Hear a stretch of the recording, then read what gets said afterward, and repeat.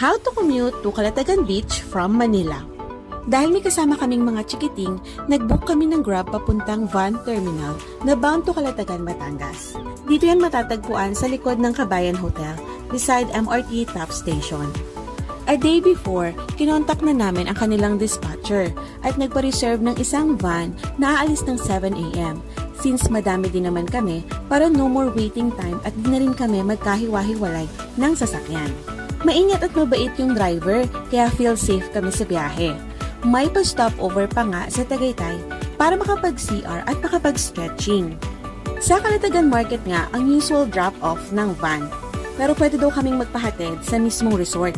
May additional fee pero mas makakamura at less hassle kung magtitik pa kami ng tricycle na 250 per 4 persons. 3.5 hours nga lang ang naging biyahe, mas maaga sa check-in time namin, kaya more time for us to explore the resort.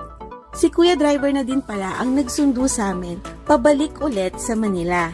O diba? Winner! And here we go! Hello Aquaria! Hello Kasobi!